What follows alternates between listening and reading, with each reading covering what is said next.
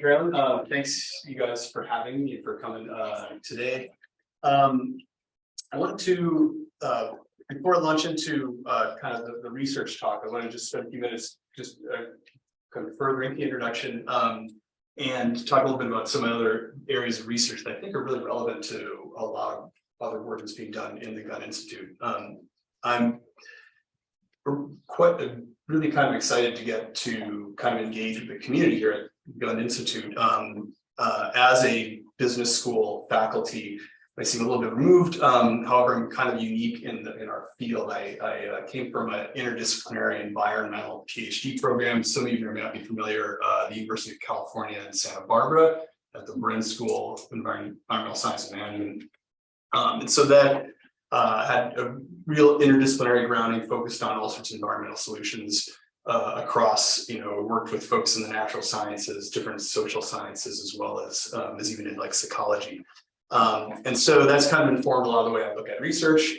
And I wanted to just kind of give you guys a quick spiel, kind of where I've been and where I think a lot of interesting research is going that might be relevant to the gun.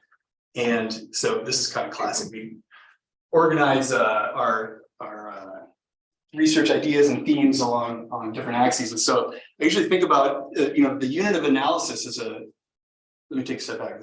I'm broadly interested in business and climate change, right? And from these standpoints specifically of, how can we harness the institutional power and great societal influence of the private sector to kind of hasten solutions to the climate crisis. And so a lot of things we can look at, I look at, here we are. So this is where some of my research has been, either at the kind of the global or corporate scale, meaning like what are the big, top-down solutions that will drive corporations out, as well as at the organizational level. What are some of the, what can we do with individual organizations and in terms of improving performance and things like that. So that's kind of where in the vertical axis. So then typically, we think about from the top-down perspective, we're looking at big policy mechanisms, and that can be governmental or non-governmental, which is where most of my research is focused. And then down at the bottom end, which we think like innovation in terms of where market mechanisms can generate opportunities for better solutions. And so I'm going to talk mostly about this kind of stuff today. It's sort of a cohesive view of all my research in the area, and there's stuff going on here. But what I think is interesting with the gun is I've been interested in more about sort of sectoral level stuff. So it's kind of in between not necessarily bridging, but sort of filling this or bridging this gap between the big picture, top down and the bottom up. And what I've been now, and there's a couple new projects that I've started I think are really relevant. And it's around sort of a big issue is methane emissions, which are very sectoral specific. There's certain industry sectors that have those problems. And I've got projects in each of these. We're looking at different governmental approaches to stimulating methane capture and recovery and sufficient use. And really interesting, I think, is there's a project I've started that I got some funding from OVPR this last term about understanding, trying to help understand the crisis with small dairy in Vermont in terms of there's a lot of economic pressures in the sector right now that are forcing consolidation and small farms going out of business. And then on top of that, there's environmental issues that are sort of compounding those threats. And what ways can we think about environmental mitigation in a way that might help economically with small farms. And there's other stuff that I think is really interesting that some of my old colleagues from the Bren School are really strong in this, satellite imagery. There's really, and especially with the emerging regulatory changes that are happening with like the Inflation Reduction Act is putting some rules around methane leaks now. I think there's going to be some interesting things to study here. So that's just sorry, is that over landfill? Like, what is that? This is like a gas plant. A gas plant. Yeah, so natural gas extraction. Okay. So they lose a bunch of it. This is sort of understood to be where some of the major leaks are, so to speak, point sources. Okay, so that's just sort of a quick overview. I want to spend the rest of the time on kind of this specifically again about where we are thinking in terms of corporate climate commitments and how firms can better be held accountable.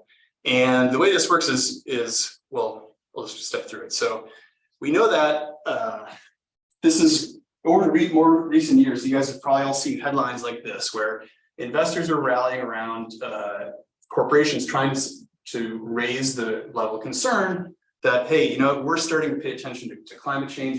You know that carbon emissions are a big corporate risk. You guys need to get your act in order in terms of managing that risk. And so companies are listening. You've also seen headlines like this.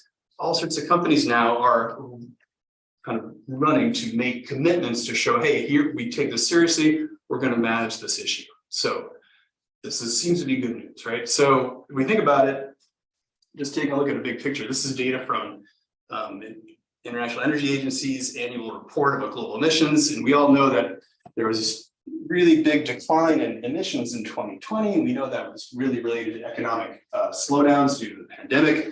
And so in this 2021 report, they said, well, we have if we have a sustainable recovery, we might see emissions in this downward trend, but without sustainable recovery, as they called it in the report, we might just see things come back. And so I was interested in this, and of course, a couple of years have gone by. Where were we in 2021? We actually overshot even the non-sustainable recovery. And just a couple of weeks ago, they issued their data on 2022, and so things have come back down a little bit, but yet still in this kind of like things haven't changed zone, right? And if you look at, we're on a kind of a steady trajectory through here anyway. The 2021 is probably an overshoot response. So doesn't seem like at least the mechanisms in place, corporate included, are having much of an effect. So there's a bunch of policy mechanisms that are have been forwarded, okay, and are used in some places to varying success. And I think of these. There's the regulatory solutions, which are carbon pricing, which a lot of economists agrees, at the basis, sort of the bedrock of any sort of effective action on climate change. You need to be beginning to price the externalities. And then also regulatory are things that are starting to emerge now called mandatory disclosure regimes, which basically any kind of directive that requires companies to disclose their performance, whether or not they're priced on it. And then the third one is what we call voluntary disclosure. This has been around the longest. And this is where most of my research interest has lied. So basically, with voluntary disclosure, you leverage institutional pressures, right? If companies don't really want to disclose things that don't look good, but if enough of their stakeholders, so to speak, apply the screws, then companies start to report. And along with reporting just performance, now we're starting to see, like I mentioned before, these increasing disclosure commitments. So what are we going to do? How are we going to reduce our emissions going forward? So real quick, this is not what my research is about, but just to cover these two regulatory issues, right? So the carbon pricing. Why has this not worked so far? Well, we know that it's been relatively limited in scope. This is data from the World Bank showing that even with the addition of, these are basically different country schemes, but even with the addition of the Chinese National Emissions Trading Scheme, the last couple of years, we're still barely scratching about 20% of global emissions covered by a carbon pricing scheme. So 20% is not good, but it's growing. But what about the price? Sorry, this is again a big messy graph from the World Bank report. But basically, this shows the pricing of where the effective carbon price is for all these schemes, and it's generally relatively low. If we know what economists and other scientists use, like we call the social cost of carbon. The official Biden administration number is about $51 last year, and actually last November, I think the EPA has proposed pushing things out to but revising the social cost of carbon to I think $190, which would put us somewhere over here. And you can see that the actual effective prices are way below. And so even if more and more entities engage in these pricing mechanisms, the pricing levels are not necessarily in line with the level of externality created by carbon emissions. Right. So number two then was mandatory disclosure regulations. There's this famous quote, I don't remember who said it, maybe there's kind of debate over who said it. Sunlight is the best disinfectant. Tell us what you're doing, and if it's perceived to be negative, then you're going to try and clean that up because we're going to know what you do. There's been a number of transparency directives mandated. These are US government policies. There's something called the toxic release inventory that came out a few decades ago. And this was basically requiring companies to disclose on point source pollutants, usually injected into either the atmosphere or waterways, and these are pollutants that have like ecological toxicity implications. And so it turned out to be widely seen as successful because companies on now that everyone knows what we're reporting, what we're emitting, these are bad things, chemical actions. So this was actually seen as an effective program. On the contrary, there's a similar program called the Greenhouse Gas Reporting Program, just a mandatory disclosure regulation. Facilities with greater than a certain amount of greenhouse gas emissions were required to report, and the general findings are that this hasn't really changed the behavior of emitters. Largely, you could see many different effects, but as we understand with climate change is a vexing problem. They're broadly dispersed pollutants, and they kind of have indirect effects. And so we're seeing a lot more of these instruments globally, all sorts of different instruments. Just to give you an idea of the variety, here's just some data from this is a United Nations initiative on mandatory regulations. And you can see there's a wide variety of different types of entities that are issuing them, a wide variety of types of regulations, and they have a lot of crossover. But it's difficult to follow for companies because there's so many different competing regulations, and then all of them are of varying stringency, so to speak. And so in general, these have not been super successful, but that may be changing, and I'll come to that later. So the third one then is voluntary disclosure. Okay, this is where I've the kind of the focus of my interest. When we used to think of voluntary disclosure, it was something like, in this context, it was something like what they call a corporate sustainability report. And it's a standalone document. Companies can say, hey, what are we, let's get together all the good things we're doing for society and the environment and put them in a report, color pictures and a glossy cover, right? And it turns out that because our stakeholders are demanding it, they've pushed a lot of, there was very, very strong adoption rates with companies issuing these standalone reports. The problem is that there are standards that govern them, but they're flexible. And so they give companies a big discretion in reporting, and there's no real accountability in terms of the ability to audit and provide assurance and things like that. And so these standalone corporate sustainability reports have largely been seen as vehicles for public relations or greenwash. So in order to combat that over the last couple of decades, we've seen this bigger emergence in voluntary mechanisms, which are established by independent organizations, okay, they're providing fixed global standards saying, hey, if you want to report, this is how you report, or if you want to participate, this is what's required of you, okay, and it enables third-party assurance. Investors get behind this, okay, because investors believe in quality of data when we're assessing corporate performance, and these types of mechanisms help provide that quality of data. Specifically, I look a lot at this thing called CDP. It used to be called the Carbon Disclosure Project, where companies report to CDP every year on hundreds of different indicators through a survey-based mechanism. And incidentally, it also provides a really rich set of data for researchers to look at. So it's been very rapidly adopted, and so this is just a chart from CDP about their adoption over time. They report 13,000 firms have disclosed information on climate to the CDP last year, and again it has almost basically a universal backing of institutional investors. I didn't even know there were 100 trillion assets under management in the world. By different measures, that may or may not be a legitimate number, but basically we're seeing it's almost becoming de rigueur that companies need to disclose on climate, even though it's strictly voluntary, right? And so a big part of climate disclosure has been this emerging the specification of what we call a carbon target. And along with carbon targets, companies are getting to more sort of stringent or ambitious targets. For example, like the Science-Based Target Initiative is another one.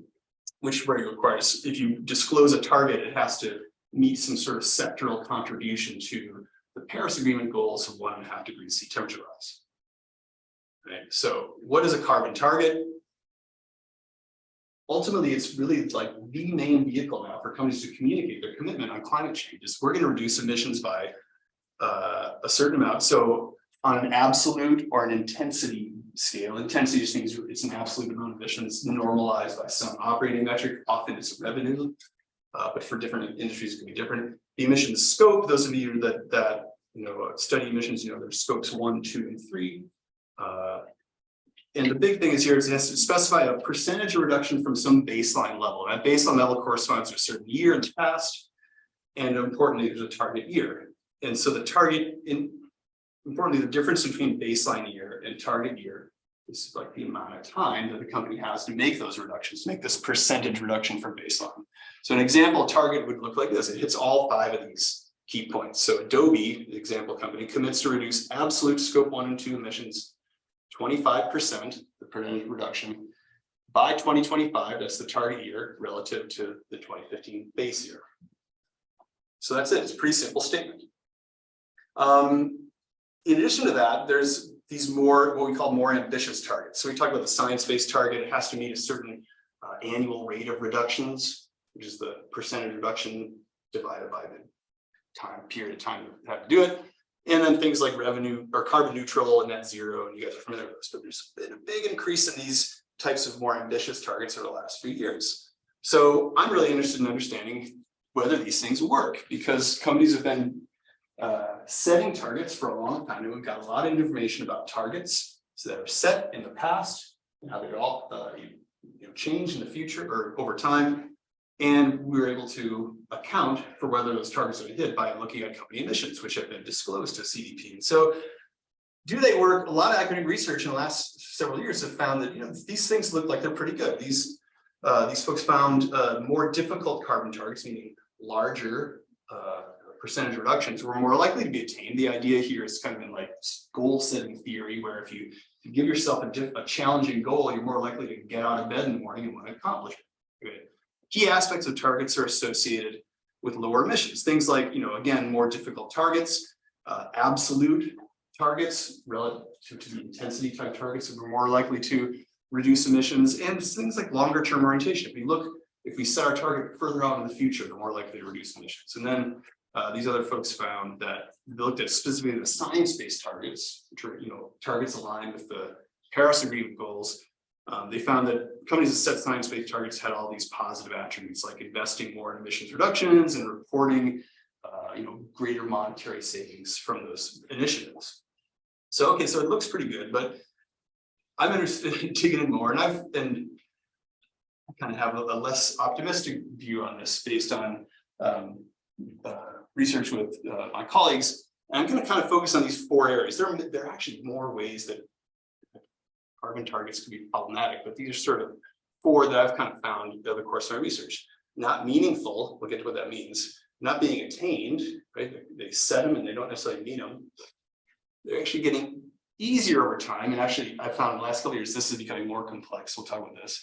And we also know that emissions reports, just like financial reports, can also be manipulated. So here's an example of what we mean by carbon targets are not meaningful. They're not aggressive enough.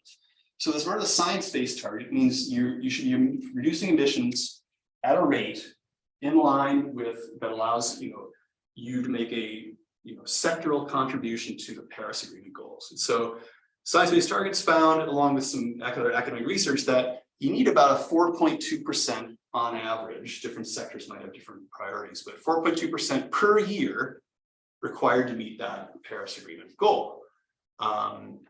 The median carbon target that we found is typically about equivalent to about 2.1% per year. Remember, that's the total percentage reduction divided by the number of years we're going to achieve that over. And of course, this is a few years old. As emissions start to creep up, I think this number has to get bigger because we're getting closer to 2050.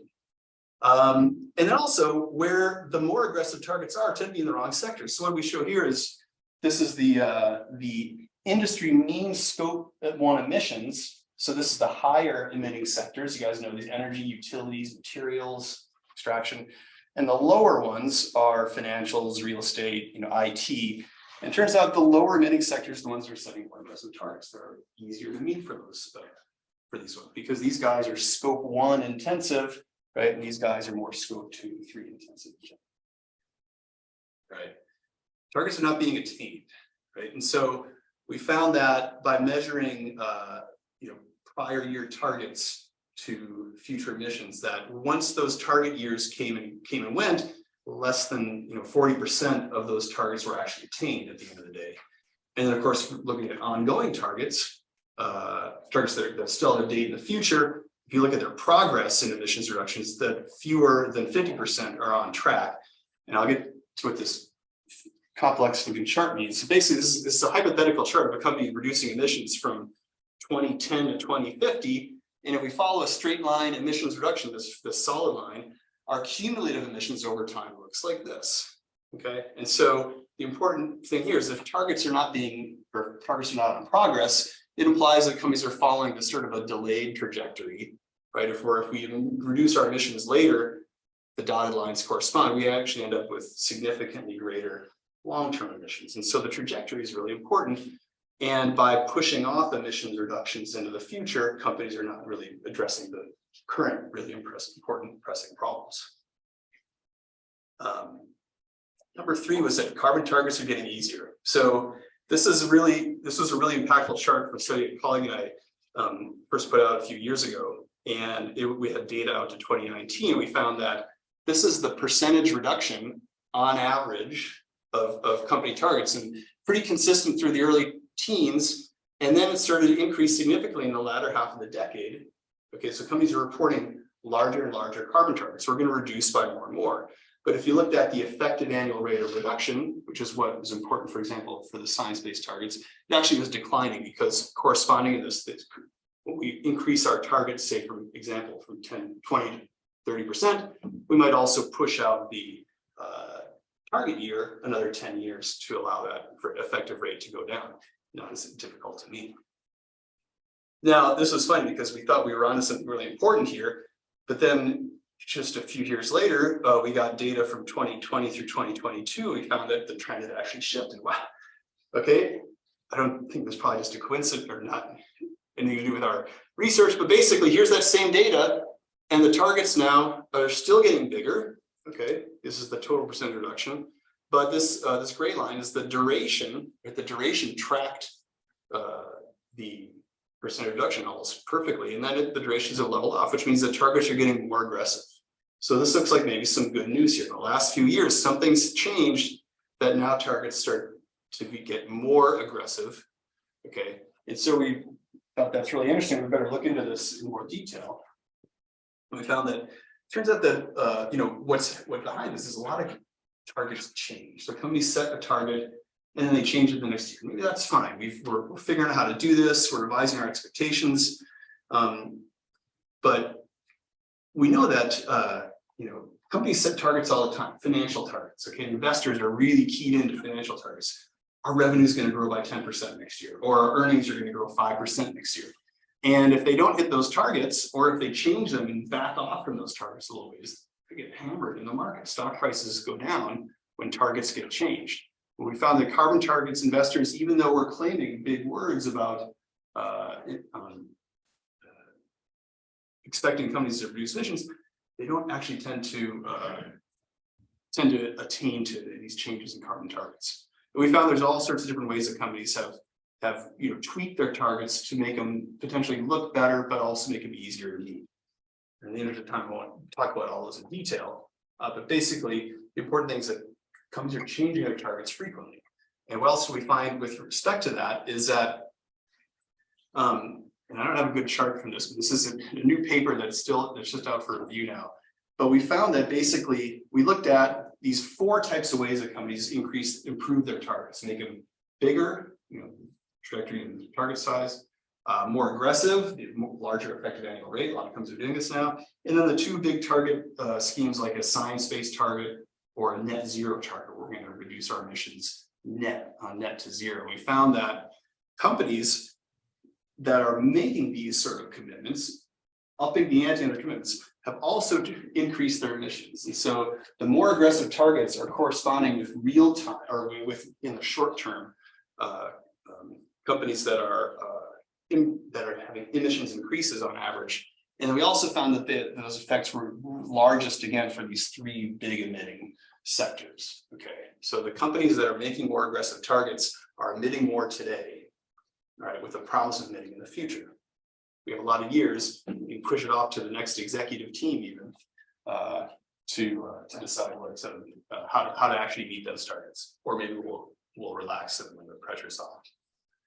And then the last issue is that emissions reports can be manipulated. This is this classic chart from a finance and economic or accounting paper back in the 90s, where they found this is company profits, right? And we found this nice normal distribution, but they said, oh, executives are compensated on whether they can report a profit or not. So there's this huge discontinuity in the curve right at that 0% level. This was we've actually found a very similar effect on carbon emissions reports, right? Because we want to be able to report that we've made emissions reductions, and we squared up companies' claims of emission reductions because they get incentivized by CDP's rating system to report an emissions reduction. But we can actually check whether the emissions actually did reduce based on their year-to-year accounting, which they don't have to reference prior year disclosures in their current year reports. And so we found actually something very similar, where these white bars, these are companies that either reported an emissions reduction and actually realized one, and they're very small error in their reporting rates, or the difference between prior year disclosure and current year disclosure. And the companies that were inconsistent had this very broad error. And so companies are adjusting their reporting error, so to speak, in order to claim that they've made an emissions reduction. Right. So those are the 4 big problems. And then, looking at all this, this is an article that I always assign to my students. I think it's really, they need to hear this from people who've been out in the industry for a while. There's a link here. I don't know if the slides are made available or whatever, but look this up: The Complicity of Corporate Sustainability. And the author Schindler talks about how a company can be seen as green in the media's eye and customer perception, just as long as we're saying the right things. He says they don't even need to cut their emissions to be a legal leader. They just need to aspire to it. Set a big target and we'll be a sustainability leader, right? You don't necessarily need to cut it, just say we're going to do it, right? And so this kind of motivates sort of where I want to take with this research, is understanding what are ways that is going to be improved. So there's 2 big, we talked about this before, but there's 2 big, stakeholders, you can call them, that can really drive companies to change behavior. There's investors and there's regulators. Okay, and so investors have been talking this game for a while now, and they're starting to come around, maybe, right? Investors have a lot of ways to manage companies' emissions changes. Divestment is a big thing. I'm not going to talk about divestment today. That's kind of a loaded topic. It's difficult to disentangle. ESG investing is the other big trend now, and also what we call active engagement. So I'm talking about investors for a moment, and we'll come back to securities regulators. So with ESG investing, we know this is a big trend. This is, we see, ESG type investing has increased significantly. Now it's like 1/3 of assets under management in the US. That's a few years ago. It's getting closer to half are identified some way as environmental, social, and governance, right? And so what do we call ESG? Well, there's these investment advisories that develop ratings. There's many different rating schemes put together by many different. They're usually, often it's like the big banks that we're familiar with, Morgan Stanley, for example, is one. And they put out rating systems that basically are drawn from company disclosures or media reports. There's not a lot of other information. There's some of them have a little bit of private information involved, but basically ESG ratings have been found to be subjective. They diverge a lot between different raters. There's certain types of companies that tend to do really well on these ratings, and they're like info tech companies. They call them the FANG stocks, where Facebook, Apple, Amazon, Netflix, Google, etc. The big tech stocks that have very limited scope 1 emissions. It's easy for us to change our scope 2 emissions, for example, when you're doing a power purchase agreement, etc. Okay. Basically, there's also perverse incentives for institutional asset managers and for corporate executives to drum up an ESG rating through just saying we're doing the right thing. They're very similar to carbon targets. So here's, ESG investing address climate change. If you don't know who this gentleman is, he's the CEO of BlackRock, which is the largest institutional investor in the world, $10 trillion. assets under management, I believe. And he's been preaching for a number of years about the need to make this transition. This was the title of his 2021 letter, was, you know, net zero is in the fiduciary interest of our clients. So get to it, right?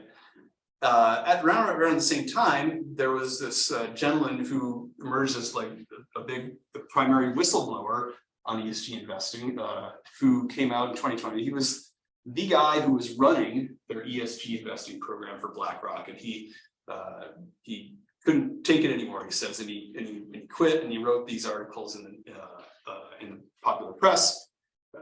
BlackRock hired me to make it sustainable investing mainstream. He realized it's a deadly distraction. So it's not actually, I think they may have the best intentions, but it's not actually following through in that, because at the end of the day, investors are looking to increase the value of their holdings today. Okay, tomorrow is part of that equation, but if it's better today, we'll take those gains today. We'll worry about tomorrow as we go forward. So ESG investing, as we know, is kind of problematic, but there's a new sort of emerging mechanism, what we call active engagement. So traditionally, active engagement around a long time. Shareholders can go to shareholder meeting. Okay, good. I got like 2 minutes maybe. Any shareholder can go to an annual meeting, file a resolution, and say, "Hey, company, you must act on this." And if they get 50% of the company shareholders to agree with them, then the company's basically management is held to that count, right? Shareholder activism is now emerging, where basically groups of investors are getting into acquire large holdings of companies. You may have heard of some of these sort of these are like, you know, institutional investor groups that get together. They've got a ton of holdings in companies. This is just a recent paper from the Net Zero Asset Owners Alliance, which is actually affiliated with the UN Environment Program, saying, okay, we have a big chunk of shares in your company. We're interested in your financial success, and oh, by the way, part of that in the long term, we do address your emissions. So that's starting to happen. And then there's also activist shareholders, and we're familiar with this. This is the classic hedge fund model, where if you acquire enough company shares, you can rally other large shareholders to your point of view and get the company to make drastic decisions you think are in your interests. Traditionally, this is in the hedge fund model. Let's pump up short-term profits, make that stock price go up, and then we'll sell our shares and get out, and whatever long-term problems come, so be it. There's a new kind of activist shareholder, and so maybe you've heard in the news just about a year or so ago, this hedge fund called Engine Number One that no one had ever heard of took a very small position in ExxonMobil, and they rallied enough other large institutional investors behind them. They were able to win this proxy vote, which basically means that they got enough shareholders to agree to the proposal to bring some sort of climate forward thinking directors onto the company's board. And that's been in place for a year or so now. We'll see what happens with ExxonMobil. I don't know. But these sorts of things are happening on the investors' side.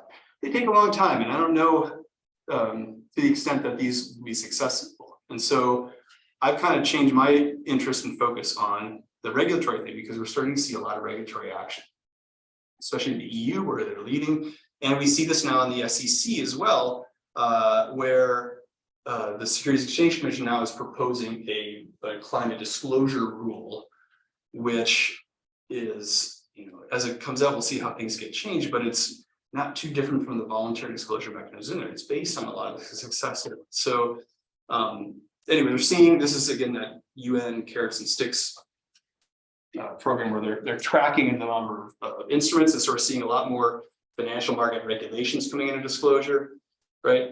But I have this kind of my new interest here is about outcomes versus policies, and a lot of ESG ratings, for example, are based on policies, and we need to enforce strict accountability. This is the SEC. So outcomes, not policies. This is excited. I got this book chapter was just published last month, where I basically talk about how, you know, long-term carbon targets are important indicators of progress. You need to measure firms annually, right? That tracking progress. So a long-term target doesn't mean anything unless you're making annual regular progress. And then about accountability, this is the other thing we need to do, and this is where the securities regulators come in. You don't even need to require firms to disclose. All you need to do is say, if you're disclosing, you need to adhere to these standards. Right, companies have a little bit of discretion within accounting practices, what financial results they disclose, but they have to follow the guidelines. Okay, so securities regulation can enforce that discipline reporting and drive companies for audited results on their emissions specifically is really what we're interested in. We're more interested in the outcomes, the emissions results, not the policies, whether you have a target or whether you have the right sort of strategy in place that you'll implement in the next few decades.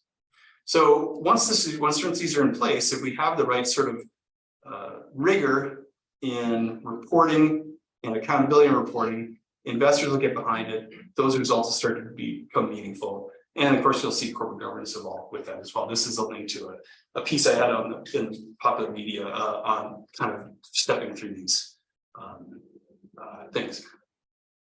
So that's kind of trying to finish on a positive note or a hopeful note. So there is, like all things, these take time and effort to put through, but we seem to be on the right track. Just needs to, the crank needs to turn a little faster. So that's all I have today. So thanks very much.